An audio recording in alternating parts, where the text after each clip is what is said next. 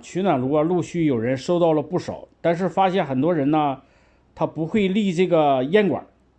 今天呢，我就是画了一个草图，给大家讲一下这个取暖炉这个烟管到底应该怎么立。取暖炉现在这个草图呢就是这样，不知你们能不能看懂哈？这个是那个取暖炉，这个是烟管这都是烟管。完了，这个地方有一个弯头，然后这是墙，烟管穿出墙之后，这是立着这个烟管，然后这个地方呢是个三筒，上面是个羽帽你在立烟管的时候呢，室内这个你立一节就行了1米的烟管立一节就行了。完了，立这个横管的时候呢，横管呢尽可能的短。你如果是说就是环境限制呢，不可能短的情况下呢，立的时候这个一定要有坡度，走的时候一定要有一定的坡度烟好走，因为烟是爬坡走的好走。到外面之后，横管和这个立管的连接呢，尽量用三筒有人说这个三筒下面这个帽用不用扣？这个不用扣，你敞开的就可以敞开的一样好烧完了，还有利于什么呢？进去灰之后，它自动就往下落了你不用清理它，你只需要清理这个横管和这个立管就可以。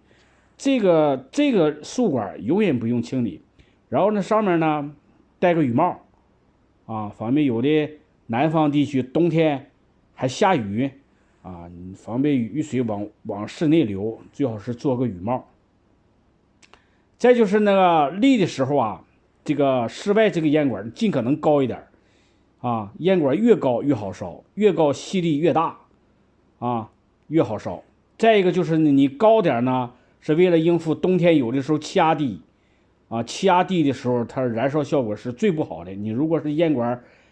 太矮了的话，你能烧的屋里全是烟一定要是注意这个。再一个是烟管选用的时候呢，尽量选粗一点的烟管粗一点的烟管越粗呢，你清理烟管的次数就是越少再一个就是你在烧的时候，烧一段时间之后，发现这个烟就气压正常的情况下，这个炉盖和这个加柴口出来烟了，那就证明这个烟管堵了，你要清理了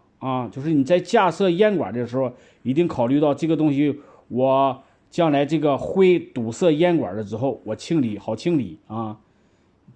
像外面这个固定好之后，就拔三筒就可以了，就清理这个横管和这个竖管就可以所以说非常的简单我说了这么些你们听没听懂？如果没听懂的话，可以呢私信我我告诉你这个东西怎么立。